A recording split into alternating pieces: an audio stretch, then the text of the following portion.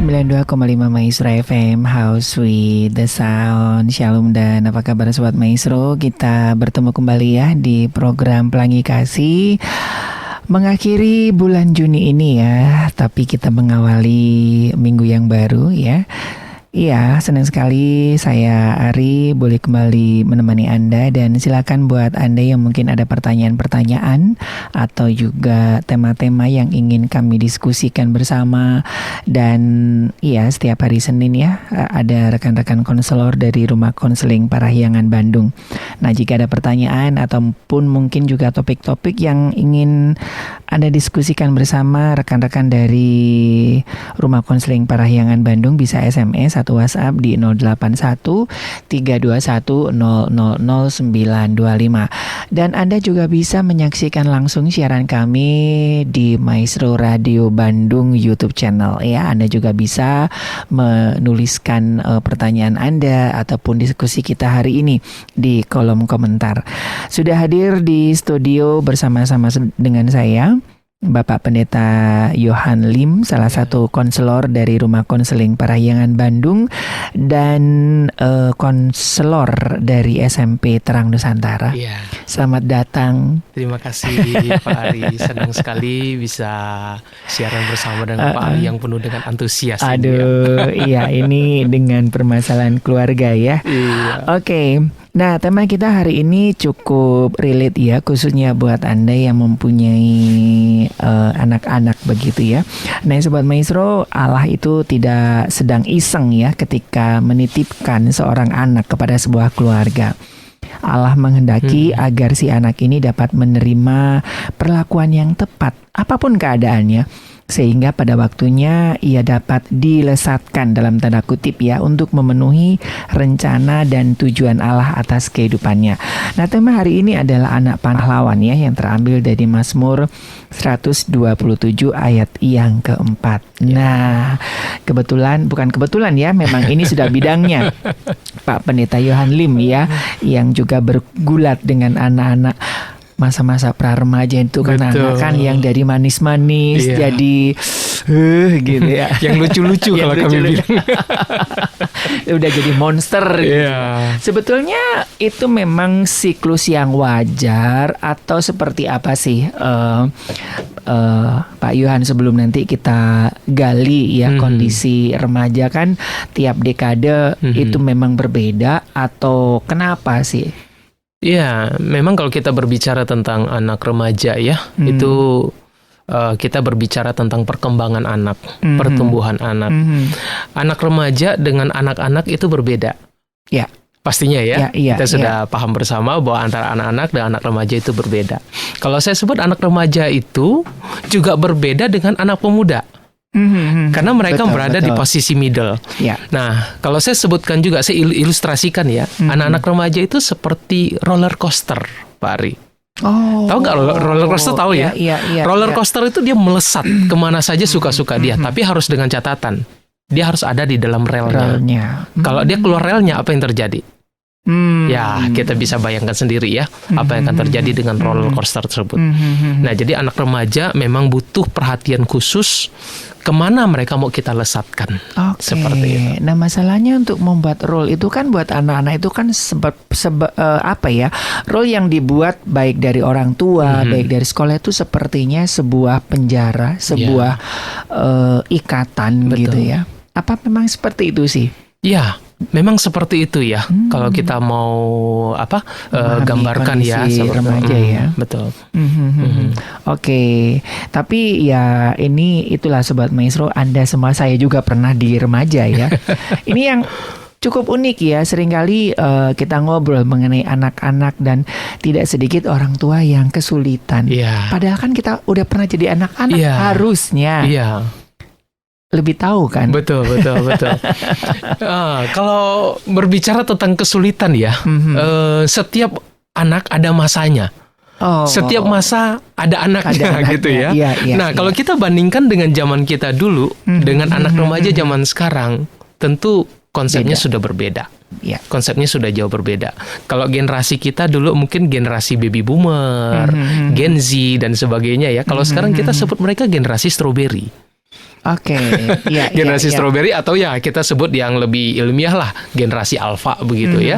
Yang pastinya komposisi kebutuhan mereka berbeda dengan zaman kita dulu. Betul. Ya. Tapi anak-anak zaman sekarang paling nggak mau dibilang generasi strawberry. Iya. Tapi ya itulah kondisinya ya. Mereka nggak mau disebut generasi strawberry, tapi ya itulah keadaannya, sebutan untuk mereka. Oke. Ini menarik Sobat Maestro ya. Kemarin kita diskusi mengenai kenapa ada generasi strawberry ya. Nanti ada cluenya sebetulnya. Ada cluenya ya. Nggak mungkin generasi ini kan ujuk-ujuk datang kan. Betul.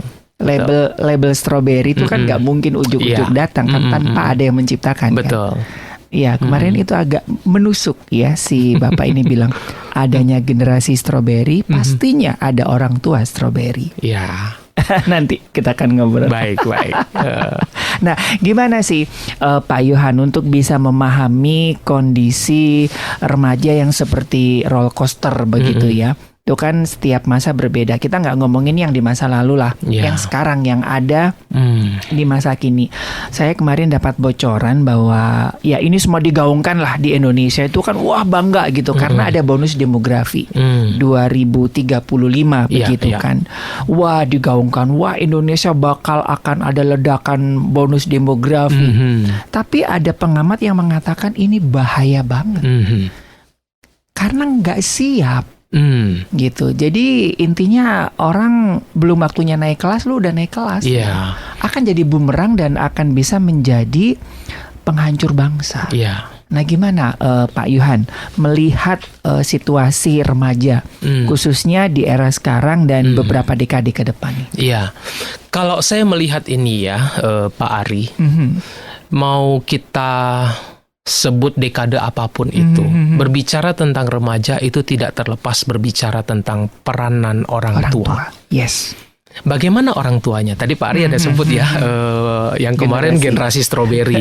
Berarti orang tuanya juga strawberry dong, ya kan?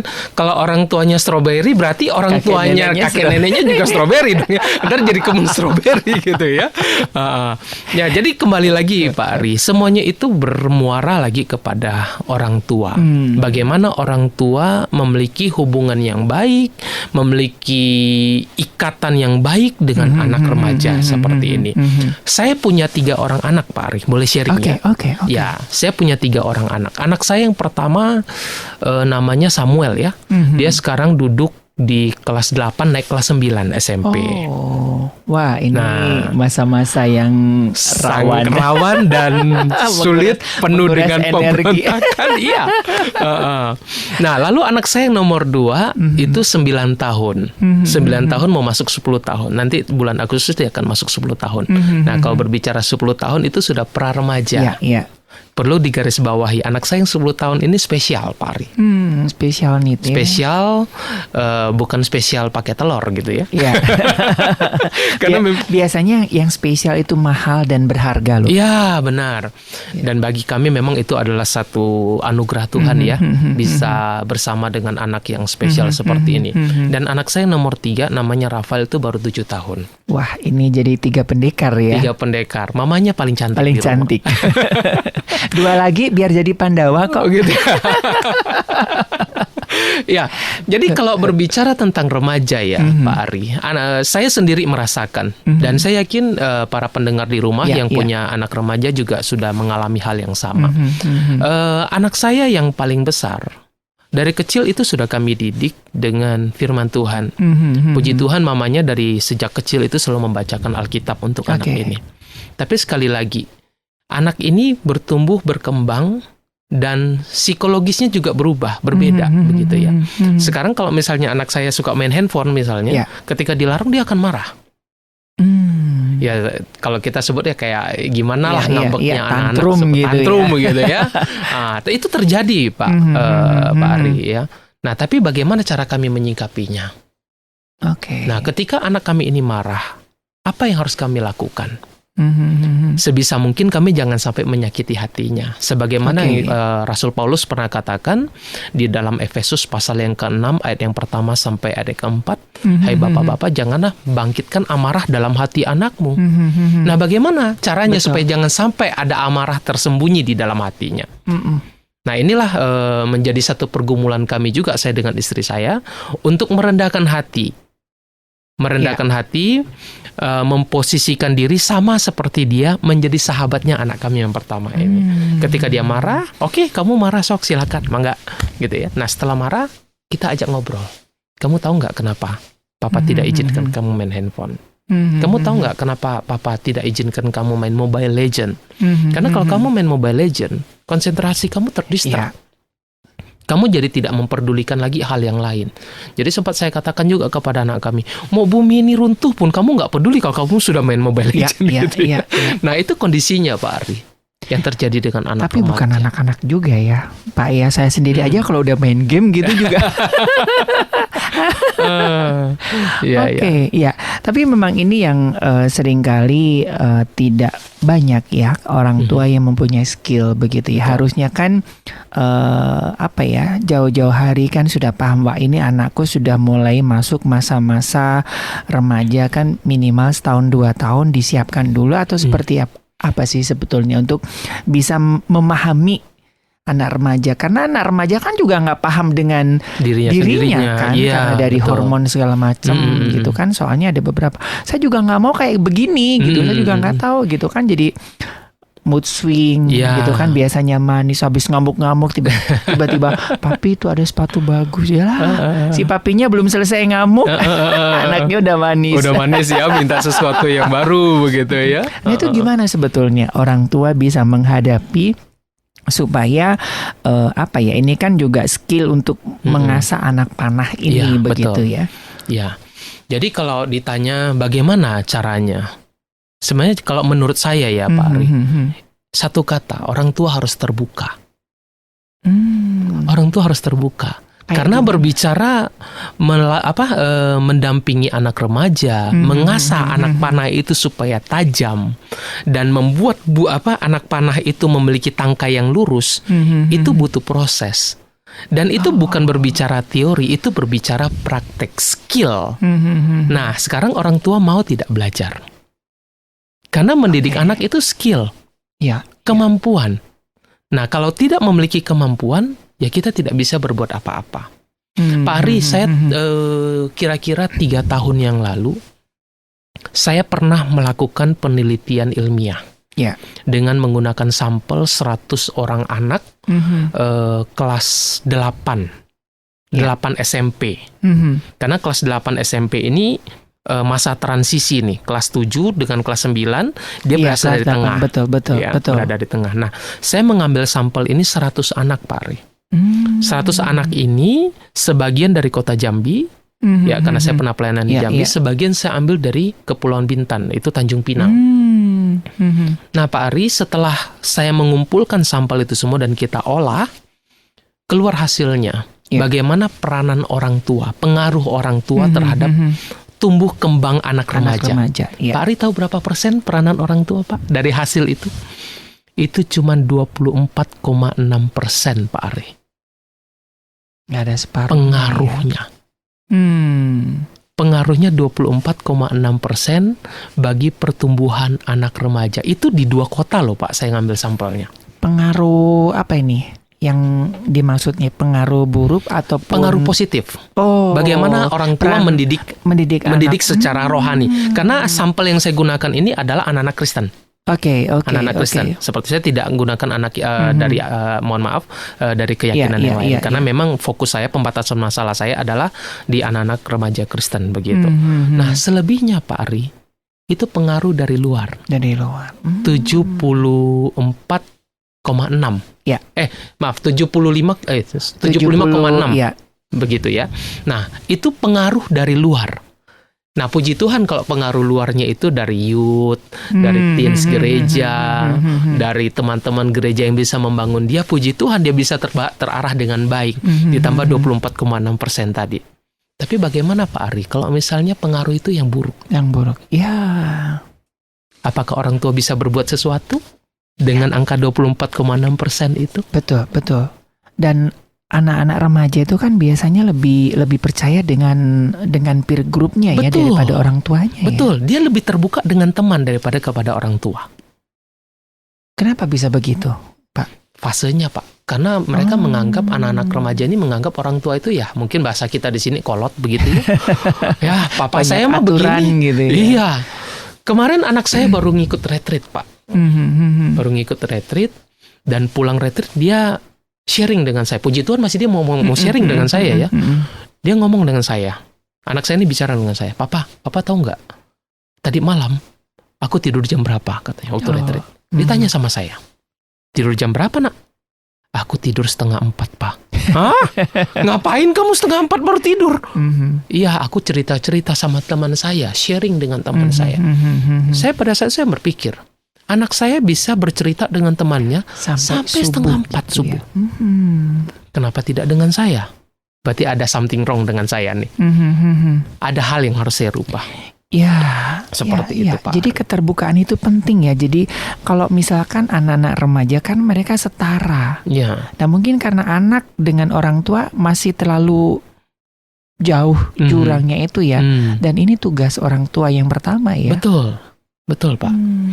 Kalau orang tua tidak memiliki keterbukaan untuk melihat perkembangan anak remaja, dia akan ketinggalan. Oke, nah. Tidak sedikit juga orang tua yang mungkin cara didiknya dari atas-atasnya ya. Anak begitu kurang ajar sama orang tua. Iya. Bagaimana untuk membangun kedekatan dengan anak tapi tanpa harus mengikis rasa hormat pada orang tua? Orang tua harus menjadi contoh. Orang tua harus menjadi teladan. Jadi ketika orang tua menjadi contoh, ayahnya menjadi contoh, saya fokus di sini adalah ayah. Kita nggak memfokuskan kepada mama, bukan berarti mama nggak punya peranan. Mama sangat berperan penting. Tapi kita lihat kembali di dalam keluarga, pemimpin keluarga adalah ayah, adalah suami, adalah papa. Bagaimana otoritas papa itu bisa dia lihat? Bagaimana ceritanya kalau otoritas papa di dalam rumah hanya melakukan kekerasan, membentak, memukul. Saya jujur Pak Ari, saya juga pernah melakukan itu. Karena dulunya saya juga diperlakukan seperti itu. Pendidikan zaman dahulu kala ya Pak ya. Kalau matematika nggak bisa, paku gitu. Papa saya pasif sih Pak soalnya. Nama anaknya aja nggak tahu. Mama saya yang lebih ini gitu. Iya. Nah jadi otoritas itu perlu dibangun dulu Pak. Kalau anak ini sudah mendapatkan teladan di dalam rumah tangga, di dalam keluarga, khususnya figur ayah, anak ini akan terbangun dengan baik. Kata kurang ajar, mohon maaf, kata tidak sopan, itu tidak akan muncul. Karena anak akan secara tidak langsung dia akan tunduk pada otoritas. Begitu. Iya, betul. Kira-kira gimana Pak? Iya, memang betul sih. Jadi anak itu nggak akan ujuk-ujuk seperti itu kan. Betul. Ya, semua anak itu kan dilahirkan dalam kondisi dia belum mengerti apa-apa. Ada nggak Pak Ari? Kita lihat seorang anak bayi baru lahir, good morning Mom, Papa cawaan, ada nggak? Nggak ada. Ada di film. Ada di film aja. Semuanya itu kan berproses ya. Nah dalam proses inilah yang perlu dilihat. Bagaimana peranan orang tua menjadi teladan, menjadi contoh bagi anaknya. Ya, dan ini yang kadang-kadang yang orang tua lupa ya bahwa bahwa anak-anak di golden age itu kan apa yang dilihat, didengar ya itu yang disimpan dalam alam bawah sadar. Nah kadang-kadang orang masih kecil aja ngerti apa. Padahal justru di fase-fase itu kan peran teladan itu anak lihat langsung kan. Iya. Nanti sehingga ada yang bilang seperti itu sih Pak Yuhan gitu. Kadang-kadang orang tua, ini anakku kok remaja kok jadi kayak begini ya. Padahal ini anak pendeta, anak pengajar juga gitu kan. Nah ternyata memang dia juga kesulitan gitu. Nah ternyata memang setelah dia memahami itu, ternyata dari usia-usia yang itu tadi dia kehilangan masa-masa golden age itu kan. Anak kecil aja nggak apa-apalah ditinggal, sibuk pelayanan, sibuk ngajar gitu kan. Kok tumbuhnya kayak begini anak gue ya. Dipikirnya kan baik gitu kan. Nah, ini juga penting ya, keteladanan dan juga pengasuhan yang di rumah. Betul. Ini juga penting ya. Sangat penting. Nanti mungkin next kita akan bahas itu. Soalnya ada teman saya, dia pendeta juga gitu. Karena memang dia sibuk di gereja. Si anaknya ini tinggal sama mbak. Apa yang dilihat, apa yang didengar, apa yang dilakukan. Role modelnya si mbak. Dan ketika mbaknya pulang kampung, anaknya diajak pelayanan, mari kita berdoa. Apa yang diucapkan? Doa dari kepercayaan lain. Mbaknya. Iya. Pak Ari, kalau berbicara tentang itu, saya mengalami itu, Pak Ari. Oh iya. Khususnya anak saya yang pertama. Saya melayani di gereja sebagai gembala sidang itu ada mungkin lebih kurang 20 tahunan, Pak. Tapi saya hampir kehilangan anak saya yang pertama. Saya ada di rumah. Kami tinggal serumah. Tapi kehadiran saya tidak dirasakan oleh anak. Kenapa? Karena saya lebih mengutamakan jemaat. Bukan berarti jemaat tidak penting, harus diperhatikan. Tapi saya lupakan satu hal, Pak Ari. Bahwa ring satu saya itu saya abaikan. Begitu. Akhirnya apa yang terjadi ya di rumah seringkali terjadi ya pertengkaran, anak saya memberontak. Tambah lagi anak saya nomor 2 yang spesial itu ya, yang nggak pakai telur. Nah, itu juga mengalami penurunan tumbuh kembang, dan anak saya bungsu juga mengalami hal yang sama. Nah, itulah yang kemudian saya berpikir kembali, apakah yang saya lakukan ini pelayanan Tuhan atau pelayanan Yohan ini? Yang diagungkan ini Yohan atau Tuhan ini? Ini yang saya kemarin sempat memikirkan hal itu. Nah, kemudian saya mengambil satu sikap, Pak Ari, bahwa ini harus diutamakan, nggak bisa. Mau karir, pelayanan melejit, ya, atau keluargamu hilang. Ya, silakan pilih. Nah, itulah yang menjadi kemarin ya satu pergumulan berat bagi saya dengan istri. Ya. Ini sesuatu yang sangat penting ya Sobat Maestro ya. Kadang-kadang apa yang kita lakukan baik belum tentu benar. Cukup banyak orang tua yang mempersiapkan anak panah, mengasah anak panah, tapi di tangan orang lain. Ya, benar. Kasih guru, ya ini bukan berarti guru nggak salah, nggak bagus ya, guru les nggak bagus ataupun yang lainnya nggak bagus. Tapi kan di firman Tuhan kan si pahlawan itu kan bukan guru, bukan pendeta, bukan siapa-siapa. Atau seperti apa sih? Pahlawan itu adalah papa mama, orang tua kan. Betul, papa mama lah itu pahlawannya. Makanya kan dikatakan di dalam Mazmur 127, seperti anak-anak panah di tangan pahlawan, demikianlah anak-anak pada masa muda. Pahlawan itu siapa? Ya papa. Pahlawan itu siapa? Ya mama. Nah, bagaimana caranya supaya anak panah ini bisa bagus? Orang tua harus membentuk sebilah besi itu. Diasah sedemikian rupa, anak panah itu harus tajam, tidak boleh tumpul. Kemudian yang kedua, selain tajam, anak panah itu harus ada satu batang kayu yang lurus, tidak boleh bengkok. Kalau bengkok, ketika ditarik dari busur, dia tidak akan menuju kepada sasaran. Dia akan lari. Nah, itulah yang menjadi tanggung jawab orang tua. Orang tua harus berperan penting, orang tua harus berperan besar dalam proses pembentukan anak ini. Iya. Soalnya ada beberapa kasus yang orang tuanya baik, begitu ya, mempersiapkan anak panah ini, tapi bukan di tangan pahlawan. Ya dia pahlawan sih, dia pahlawan, dia seorang guru, tetapi dia ateis.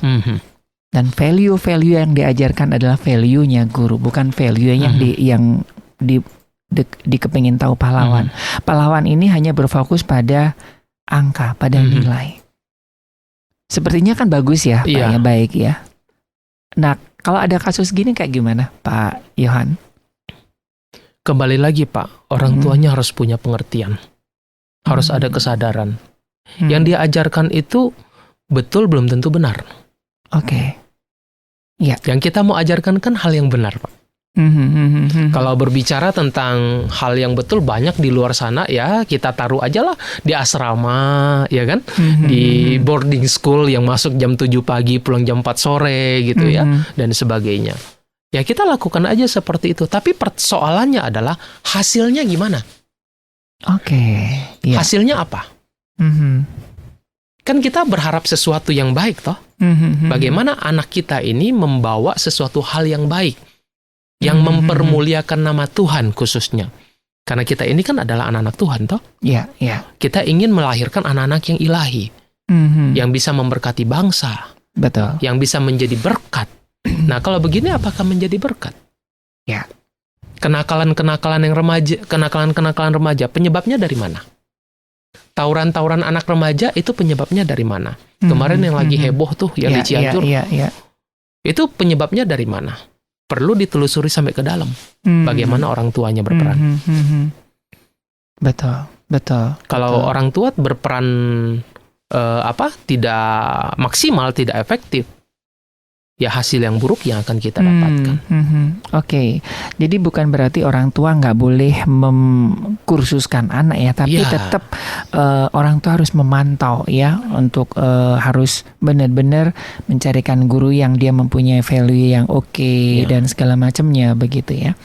Oke, memang tidak mudah memahami anak remaja. Nah, ini sangat menarik ya, kemarin menjadi perdebatan dan cukup banyak anak-anak ini. Kebetulan saya juga bergerak di anak-anak remaja. Anak panah di tangan pahlawan. Ya. Ini anak panahnya sasarannya ke siapa nih? Sasaran maunya pahlawan atau maunya anak? Nah, begini Pak Ari. Kita kembali kepada Mazmur pasal 127. Ya. Ya, pasal 127 ayat yang pertama sampai ayat yang kelima ini merupakan tulisan dari seorang raja yang sangat berhikmat bernama Salomo.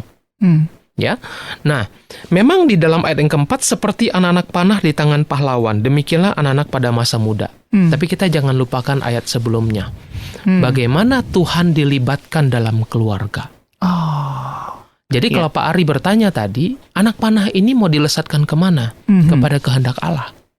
Bukan kehendak papa mama. Bukan. Tapi papa mamanya harus mengerti.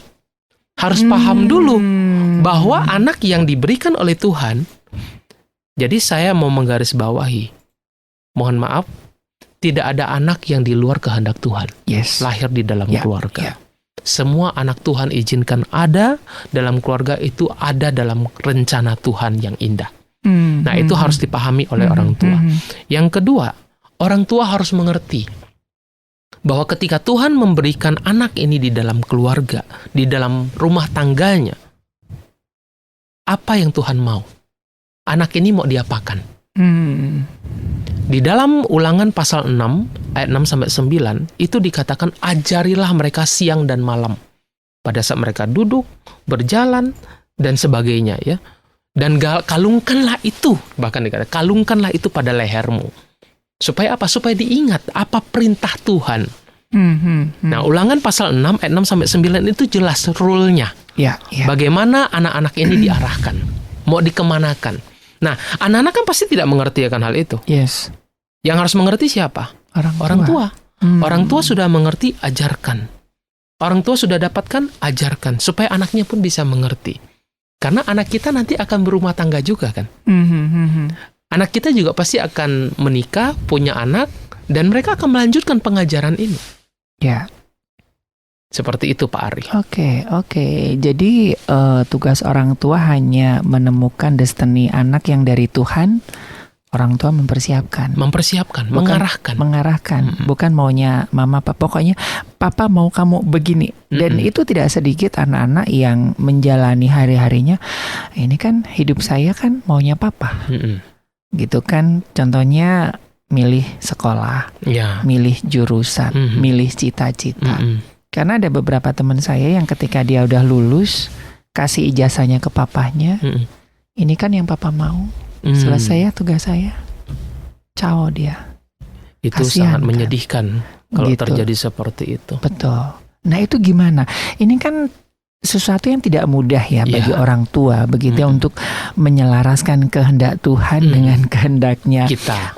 Pak Yohan sebagai orang tua kan contohnya teman-teman saya, jangan sampai anakku jadi pendeta gitu, karena dia merasa mungkin ini juga ke generasi strawberry gitu ya.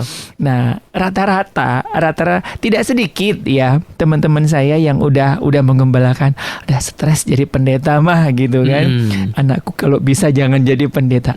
Anaknya mengikuti jejak orang tua. Jadi pendeta ya. Itu pergumulan gitu. Aduh, udah nggak enak loh. Nak tahu sendiri, sampai dikasih tahu sendiri kan, sampai berapa hari nggak makan, ini nggak bisa gini.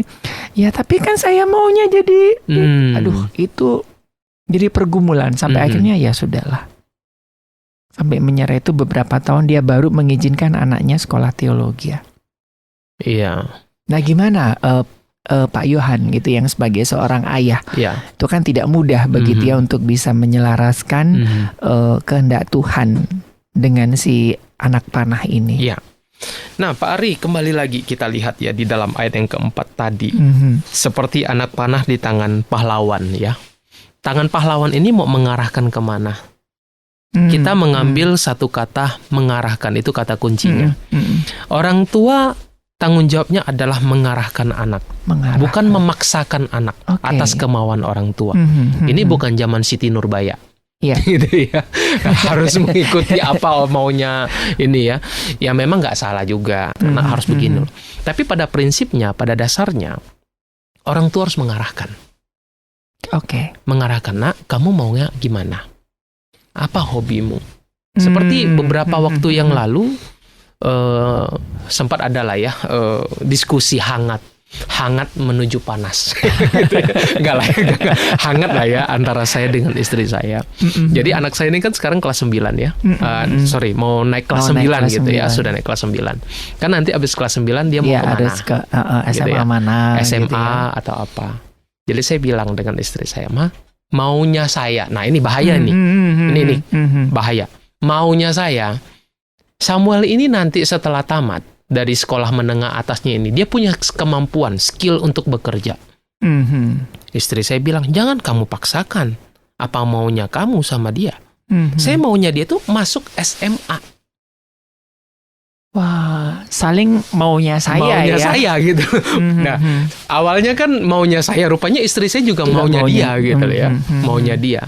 Akhirnya saya ngomong dengan anak saya, Samuel, kamu hobinya apa? Kamu sukanya, aku sukanya begini, Pak. Oke, bagaimana kalau Papa menawarkan kepada kamu untuk masuk sekolah ini? Karena sekolah ini nanti kalau kamu mempelajari basicnya, dasar-dasarnya, kamu bisa membuat sesuatu sesuai dengan hobi kamu. Dia suka main game kan? Nah, kamu bisa bikin game. Kamu bisa bikin robotik. Nah, kalau kamu mau melanjutkan ke bangku kuliah, bisa. Tapi kamu rajin belajar bisa dapat beasiswa. Maunya saya lagi kan.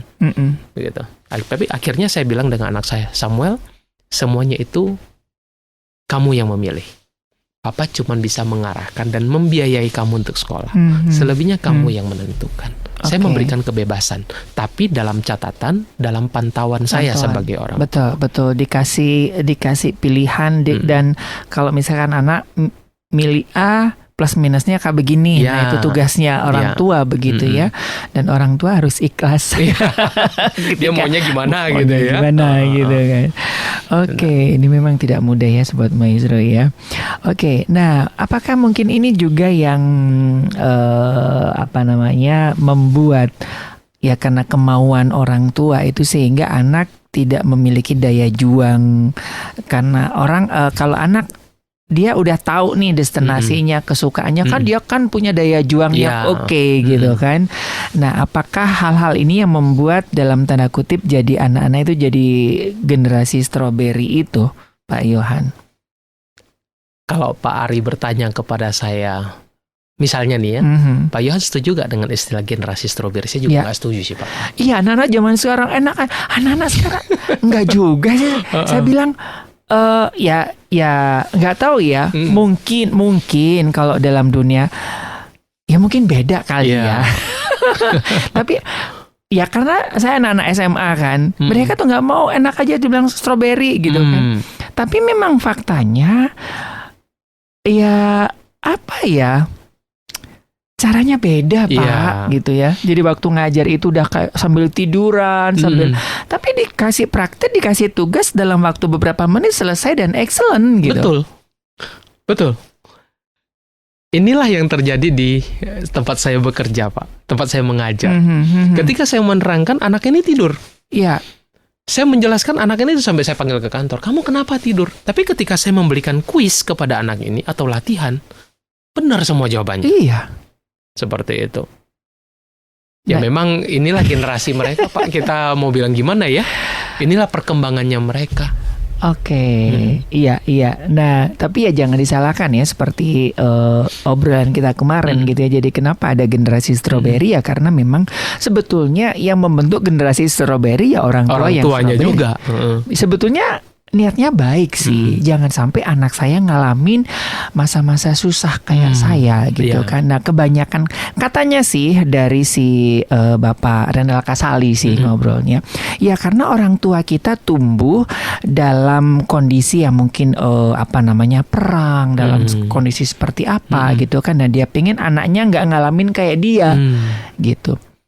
Itu di satu sisi oke atau enggak sih Pak Yohan? Ya, seperti yang tadi di awal kita diskusikan Pak Ari, bahwa setiap orang ada masanya, setiap masa ada orangnya. Ya. Nah, memang dengan konsep yang kita berikan kepada anak-anak dengan model yang seperti tadi, aku nggak mau loh anakku susah, cukuplah bapaknya saja yang kelaparan. Ya, sekarang papa bekerja keras, ini sudah ada rumah gede, luas tanahnya luar biasa, ada mobil 4. Pokoknya semua hal yang mewah sudah papa siapkan. Pokoknya kamu cukup nikmati aja, kamu belajar benar-benar aja. Ya memang itu tidak memberikan daya juang untuk anak. Sejujurnya saya kira itu menjadikan generasi yang manja. Generasi yang manja. Kalau menurut saya ya Pak Ari ya. Nah, tapi ya perlu juga diarahkan. Nah anak seperti itu tugasnya ya. Iya, tugasnya mengarahkan. Harus diarahkan. Nah kamu harus berjuang juga. Memang perjuangan kamu tidak sama seperti perjuangan papa dulu. Kalau perjuangan papa dulu ya makan nasi yang sudah menjadi menjadi batu gitu, dikasih air baru dimakan gitu ya. Nah, nggak harus sampai seperti itu. Tapi kamu rajin belajar aja. Iya. Kejar cita-citamu sesuai dengan hobi yang kamu mau. Kan kurikulum Merdeka begitu ya. Betul. Diarahkan sesuai dengan apa kemampuan murid begitu. Itu Pak. Betul. Jadi rasa kasih sayang kita, kebaikan kita itu jangan sampai membunuh anak begitu ya. Saya kenal dengan kebetulan lagi tugas ke Jakarta gitu, naik kereta ekonomi dari Bandung ke Jakarta. Dia tuh anaknya konglomerat dan dia tuh bisa aja naik pesawat VIP. Dia bilang enggak, papa saya nggak boleh gitu. Ini pesawat, ini fasilitas papa dan mama. Lu kalau mau naik VIP kerja. Jadi anaknya naik kereta ekonomi. Kita kaget, lu kan anak orang lumayan kaya di Indonesia.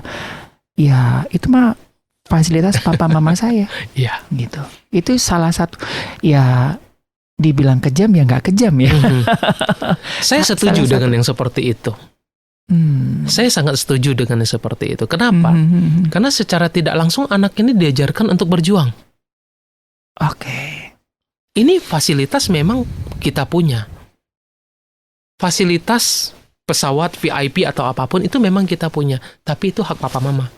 Kalau kamu menikmati ini, kamu berjuang. Ini ada ini ada bekal. Tidak perlu kamu mencari bekal lagi misalnya contoh. Ini sudah ada bahan. Silakan kamu kembangkan. Sesuai dengan kemampuanmu, sampai kamu mendapatkan uang, kamu beli sendiri pesawat VIP ini. Ya. Itu daya juang. Pak Ari, saya berbicara tentang ini, saya teringat dengan satu buah film. Mungkin Pak Ari pernah nonton, Police Story 4, Pak. Oh, iya. Jackie Chan. Ya, nah itu sebenarnya berbicara tentang apa? Tentang anak seorang kepala polisi yang akhirnya dibunuh oleh bapaknya sendiri. Ya itu Pak, karena dimanjakan dengan fasilitas. Apakah ini enggak deh, nanti panjang ceritanya yang kasus Cirebon. Iya. Itu beda cerita ya. Kita nggak lari ke sana. Oke. Ya, itu cukup bagus ya Sobat Maestro ya. Kadang-kadang memang ya saya paham gitu loh. Saya sendiri sebagai bukan orang tua, keponakan saya aja juga ngerasa aduh kasihan dah, saya tolongin gitu kan. Gitu. Emaknya yang ngamuk-ngamuk gitu, ya nggak tega, apalagi orang tua gitu. Pasti nggak tega. Orang tua mana sih Pak ya yang tega ngeliat anaknya menderita gitu ya. Tapi itu harus dilakukan demi mengasah anak panah. Betul. Itu ya. Mengasah itu enak nggak Pak? Nggak enak Pak. Pasti ada sesuatu yang terluka. Baik yang diasah maupun yang terasa. Iya. Apakah ayah yang mengasah itu tidak terluka? Pasti juga akan terluka, entah keserempet besi yang tajam atau apa begitu ya. Nah, tapi pasti ada yang terluka. Tapi lihat, jangan kita pandang lukanya. Luka itu adalah proses. Proses untuk membentuk satu anak panah yang tajam, yang siap untuk dilesatkan ke arah tujuan ilahi. Betul. Dan bengkelnya ini adalah kembali ke rumah. Ke rumah. Orang tua. Sebagaimana yang tadi saya sudah sampaikan dari Ulangan pasal 6. Itu kewajiban orang tua untuk mengajari anak-anak.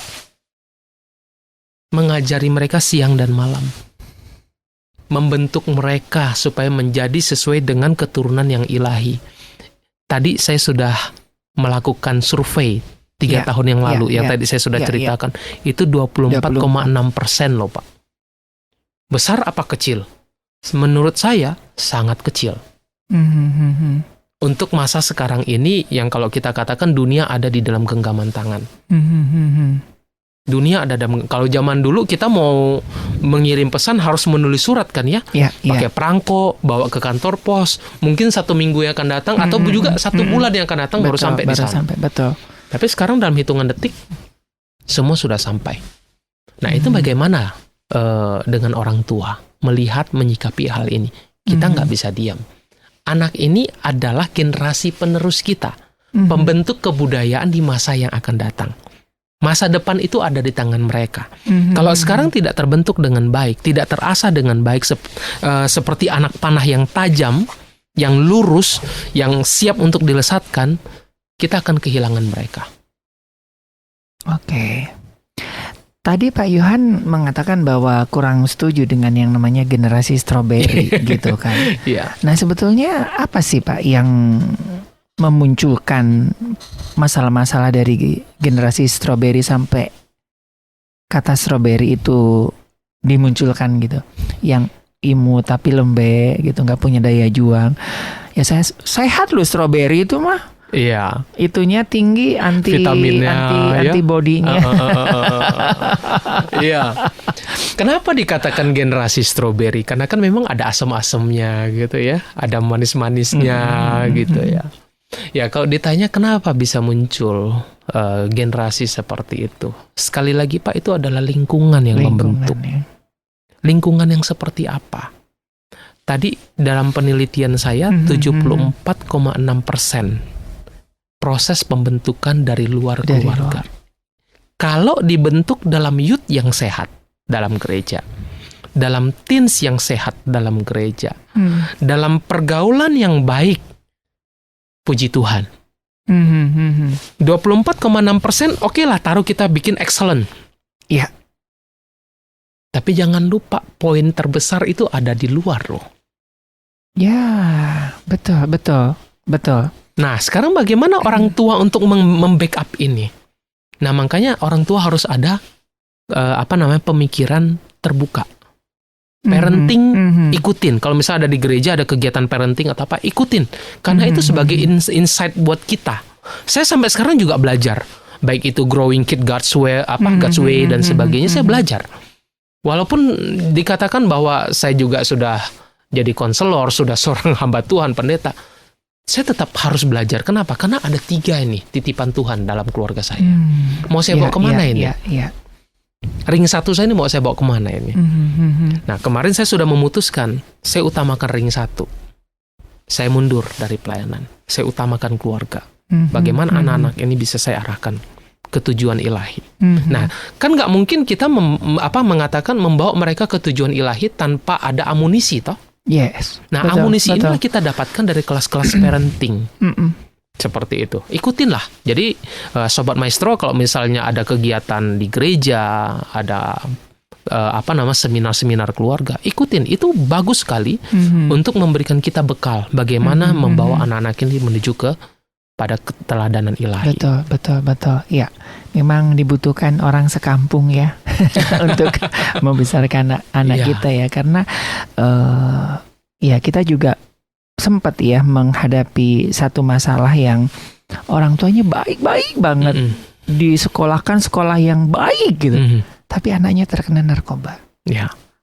Dan ketika pengakuan anak, gimana enggak saya pakai, teman-teman dari 26 anak, 20 pemakai Pak. Sekolahnya kebakaran Pak, tolong ya jangan disounding. Oh ya enggak lah. Gimana kita nolong anak ini? Artinya kan sekalipun orang tua sudah membentengi dengan segala macamnya, tapi lingkungan itu ya, apalagi di teen ya. Teen kan seperti Pak Yohan tadi sampaikan bahwa dia tuh lebih ngelihat figur temennya lah begitu ya. Lebih senang bercerita dengan teman daripada kepada papa mama. Karena mereka merasa nyaman dan diterima. Dimengerti. Iya. Begitu kan? Nggak ada judgement bagi mereka. Oh, kamu tuh begini, gini. Nggak ada. Mereka menjadi pendengar yang setia. Nah, sekarang bagaimana orang tua bisa membackup itu? Ya, clue-nya cuma satu. Mari kita rendahkan hati. Menjadi sama seperti mereka. Bukan memaksakan mereka sesuai dengan apa yang kita mau. Tapi kita turunkan hati kita, pikiran kita untuk jadi sama seperti dia, menjadi selevel dengan dia, tapi tanpa kehilangan otoritas dan integritas kita sebagai orang tua. Gitu. Kita menjadi teman. Menjadi teman untuk anak kita. Yang bisa hangout bersama. Jadi saya pernah melihat status story ya di WhatsApp, ada satu teman saya, dia bilang gini, saya lagi pacaran dengan anak saya. Ngedate bareng anak saya. Itu bagus menurut saya. Itu membangun satu hubungan emosional yang baik. Kedekatan yang baik. Ya, betul. Itu setuju ya. Jadi ketika anak-anak udah kenyang di rumah, dia nggak akan jajan di luar. Ya. Khususnya buat anak-anak remaja ya. Jadi kalau dia udah kenyang dengan cinta orang tuanya, dia nggak buru-buru cari pacar katanya. Betul. Pak. Ya, karena pacar pertamanya sudah ada orang tua. Ada orang tua. Ya. Oke, wah ini sebetulnya masih banyak yang mau saya korek-korek nih ya, tapi memang keterbatasan waktu ya. Nah, Pak Yohan, kira-kira apa yang bisa kita simpulkan dari bahasan kita ya? Tentunya ini enggak yang pertama dan terakhir ya Pak Yohan ya. Ya, puji Tuhan. Ditunggu kelanjutannya ya. Oke, apa yang bisa kita simpulkan untuk Sobat Maestro Pak Yohan? Ya, yang bisa kita simpulkan sesuai dengan tema kita hari ini, anak panah di tangan pahlawan. Mari Sobat Maestro, kita sebagai orang tua, kita sadari bahwa kita ini adalah pahlawan. Pahlawan yang punya tugas dan tanggung jawab untuk mengasah anak panah kita, ya, setajam mungkin, dan mengarahkan anak panah itu kepada tujuan ilahi. Supaya apa? Supaya nama Tuhan dipermuliakan. Anak itu adalah titipan. Titipan yang Tuhan percayakan kepada kita untuk kita rawat, kita besarkan, untuk menjadi generasi masa depan yang mempermuliakan nama Tuhan. Itu tanggung jawab besar. Yes. Ya, nah jadi mari kita, ya tidak ada hal yang mudah sebenarnya dalam melakukan tugas tanggung jawab ini. Menjadi pahlawan mudah nggak Pak Ari? Nggak mudah Pak. Tapi semuanya berproses. Dan yang saya paparkan, materi-materi yang saya sampaikan dari tadi, ya, itu memang kedengarannya idealis bagus ya. Apakah sanggup saya melakukannya 100%? Saya juga masih berproses. Saya juga belum sempurna mengerjakan itu, tapi kita belajar. Membuka hati, membuka pikiran, meminta tuntunan Tuhan. Melibatkan Tuhan dalam proses mengarahkan anak panah ini. Untuk mencapai satu tujuan yang Tuhan mau. Demikian Pak Ari. Oke, iya, semoga apa yang disampaikan Pak Pendeta Yohan Lim ini juga bisa kita pelajari bersama dan kita praktekkan ya Sobat Maestro ya. Nggak ada kata terlambat ya. Kalau misalkan hari-hari ini Anda aduh kok kayak nggak apa-apa ya. Kita mulai dari sekarang dan ya Anda sebagai orang tua ya mulailah jadi pahlawan ya, anak-anak kita yang harus kita asah ya. Dan terima kasih buat Anda yang sudah gabung di Maestro Radio Bandung YouTube channel. Dan kalau misalkan Anda membutuhkan layanan lebih intens, nanti bisa menghubungi kami. Kami akan memberikan call center dari Rumah Konseling Parahyangan Bandung. Pak Pendeta Johan, terima kasih buat hari ini. Sehat terus, salam buat keluarga. Baik, terima kasih Pak. Tuhan berkati. Baik Sobat Maestro, dari Gereja Maestro Jalan Kaca Piring 12 Bandung, saya Ari dan Bapak Pendeta Johan Lim, konselor dari Rumah Konseling Parahyangan Bandung dan konselor dari SMP Terang Nusantara, mohon pamit. Kita ketemu lagi di Pelangi Kasih selanjutnya. Tuhan memberkati.